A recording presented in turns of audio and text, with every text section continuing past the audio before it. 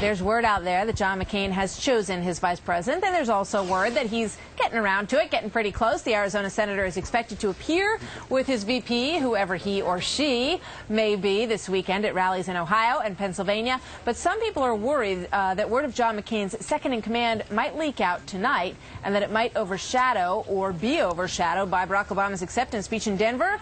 Let's bring in our expert panel. Bernard Whitman is a former Clinton pollster. Ilana Goldman is the president of the Women's Campaign Forum. And Bill Salmon, joining us from D.C., is the Washington deputy managing editor. Bill, let me start with you. What do you think the chances are that the McCain camp would allow this to leak out tonight in the middle of Barack Obama's big night and try to steal his thunder? Do you think that would be fair, fair ball? Well, I think people would say that it wasn't fair ball, and then, in politics, perception is reality. I also think, in addition to overshadowing, or at least muddying the water for Barack Obama, it also muddies the water for John McCain's pick. In other words, it dilutes both storylines. So if you really want to get the best bang for your buck and you want to roll out your vice presidential nominee, why compete with Barack Obama's speech? Why not wait till tomorrow? And then you won't be accused of playing a dirty trick and undermining Obama's big night. And start the news cycle fresh. There's a big argument for that. Bill, who do you think he's going to pick? I really, and I've said this for a long time, I think it'll be Mitt Romney, but I do think it will be Romney or Pawlenty. Romney, in addition to maybe bringing Michigan into play, also, you got to remember, these western states like Nevada that Barack Obama is making a play for to sort of stitch together a victory, there's a lot of Mormons out there.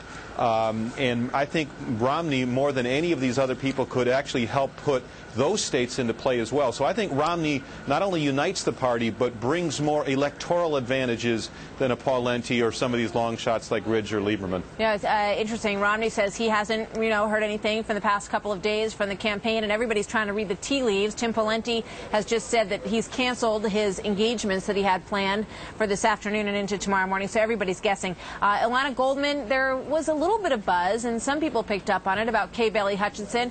What do you think the likelihood is that John McCain has a surprise in store and that he's going to pick a woman? I think it's the best thing that could possibly happen to his ticket. It would add energy, it would add vibrance, it would capture the imaginations of a lot of women, but everything that I've heard is that Kay Bailey has turned this down at least 6 times, so I don't know if he'll have the chance to make that kind of historic move for the Republican Party. Bernard, as a Democrat, when you look at the field out there, which one do you sort of think would be the toughest to go up against? Well, I think Mitt Romney would be the best choice. He's a safe choice. He's a solid choice. He's a great counterpoint to Joe Biden. And he gives McCain the luster of credibility on the economy. But the truth of the matter is, while the guy has executive experience, he's been battle-tested in the primaries, he is a man who builds businesses by firing workers. And I think we saw last night in Joe Biden exactly why Barack Obama was so smart in picking him. I just don't think, no matter who John McCain picks, and I do believe it'll be Mitt Romney, that the #2 spot on the ticket has got a chance going against Joe Biden. Bill, when you look at sort of the nature of John McCain, in some ways you could argue for Tom Ridge or even Joe Lieberman, that he likes to, stick with people that he feels really strongly about, that mean a lot to him, who he thinks he can work with.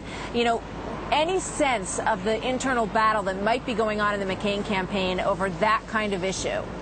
Well, I talked to Tom Ridge yesterday, and I asked him point blank, I said, have you been vetted?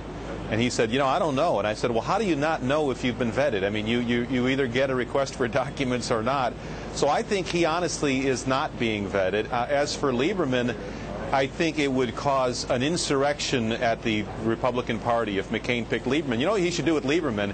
You get the best of both worlds. You pick a Romney or somebody along those lines, and then you pick a Lieberman for Defense Secretary or Secretary of State. Remember when Bush in 2000 not only announced Cheney as his vice presidential running mate, but shortly thereafter talked about how he wanted Colin Powell as the Secretary of State?